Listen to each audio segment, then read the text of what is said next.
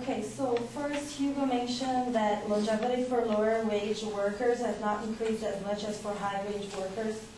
First, according to William Silton, the point of Social Security was to subsidize those who couldn't work, not those who could.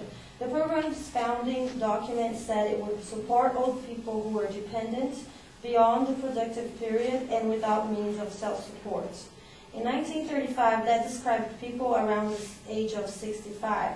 Today, it more accurately describes people a decade older.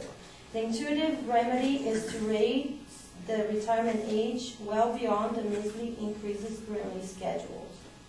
In addition, lesser Americans are working on physically demanding jobs, according to the same person, William Silton.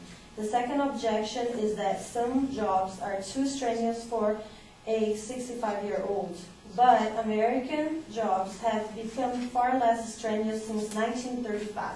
One study shows that the percentage of Americans working in physically demanding jobs, defined as jobs requiring frequent lifting or carrying of objects weighing more than 25 pounds, declined from more than 20% in 1950 to less than 8% in 1996. Also, Hugo also mentioned that the fact that Americans are living longer doesn't mean they're still living healthier. But on a report from Social Security Age-Based Pay Needs Change book, it says that we're not just living longer, we're staying healthy longer. From 1982 to 1999, the percentage of senior citizens who had chronic disabilities dropped from 26% to less than 20%. Active life expectancy at age 65, which is the average number of additional years a person could expect to live free of chronic functional impairment, rose from fewer than 12 years to nearly 14. That's a 5-year gain from what a 65-year-old could expect in 1935, according to Kenneth Manton, a leading scholar of old age. The experience of being 65 to 74 has changed so radically that the Census Bureau now calls this group young old.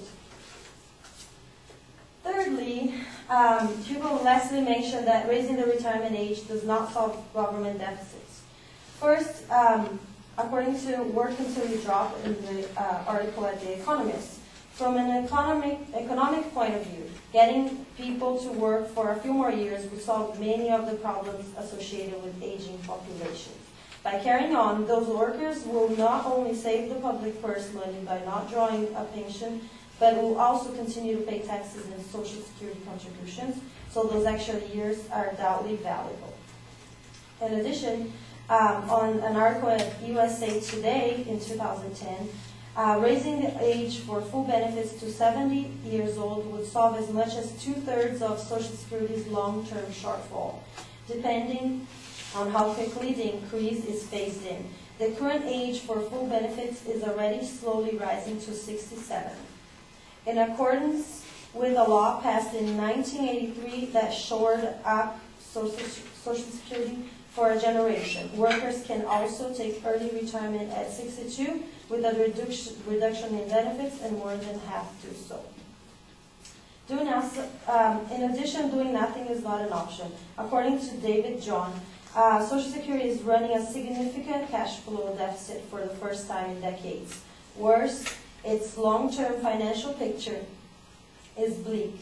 Social Security has promised 7.7 trillion more benefits in over the next 75 years than it will take in from payroll taxes. The deficits begin in about 6 years. Social Security can cover all promised benefits for now, but if changes aren't made fairly soon, all retirees will eventually face 22% benefit cuts.